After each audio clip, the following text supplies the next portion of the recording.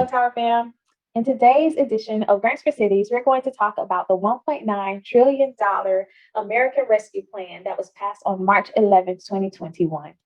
In addition to the $1,400 stimulus payment that everyone is a buzz about, there are some real goodies in there for our local governments. Let's talk about three of them. First, $350 billion will be shared among states and local governments. States, Washington, D.C., tribal governments, and U.S. territories will receive $219.8 billion combined. Counties will receive $65.1 billion based on their population, as well as adjustments for the Community Development Block Grant, or CDBG, and metropolitan cities will split $45.57 billion. Now, non-entitlement communities, which is the category that most of you will fall into, they will split $19.53 billion. This will be based on your population, as well as being capped at 75% of your budget for 2020. So your fiscal budget as of January 27, 2020, it will be capped at 75% of that, along with your population.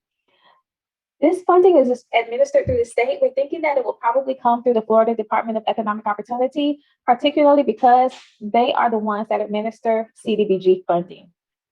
Let's talk a little bit about eligible expenses.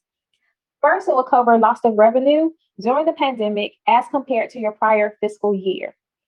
Secondly, it will cover expenses necessary to respond to COVID-19, whether that be public health expenses or expenses to help with businesses, households, nonprofit organizations in your area, and impacted industries. These are your industries such as travel, tourism, the entertainment industry.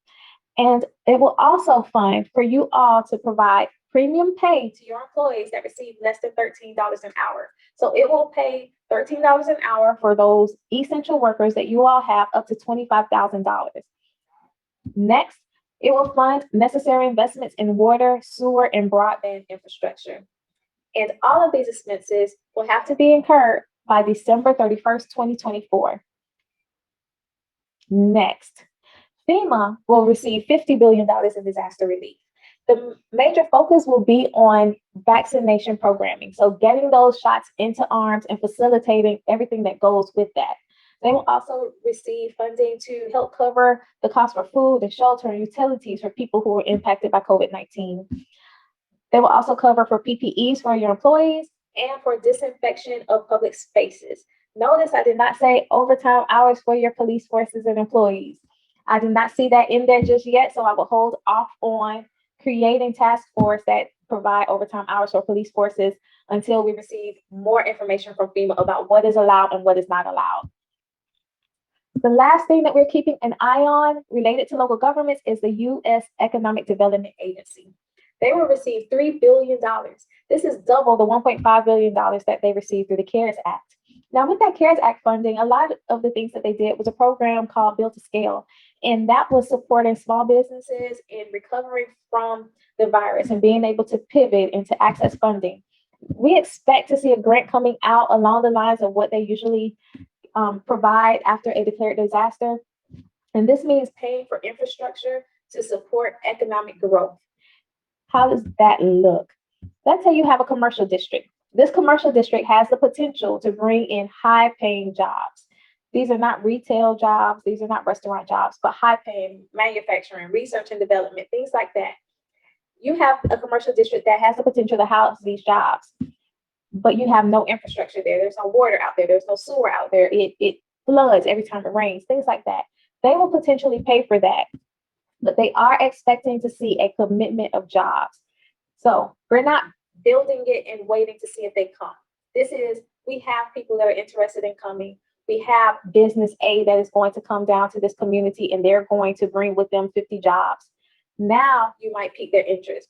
But if it's a developer that is coming to the area and based on the square footage of the building, they'll create 500 jobs, they're not too much interested in that, of a guesstimate of how many hours. They want to see something committed by the organization that is going to come in, the person that's going to come in and hire these people to work. They want to see a signed commitment. So put some teeth into that project, right? Those are the different things that we have coming.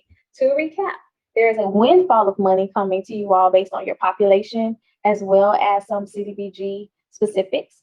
There's also FEMA allocations coming out to recoup some of your expenses related to public health, disinfection, vaccinations, etc. And finally, we are keeping an eye out on the EDA for potential grants for infrastructure projects. But for now, take a look down below at our list of grants that are available and out now. Talk to you later.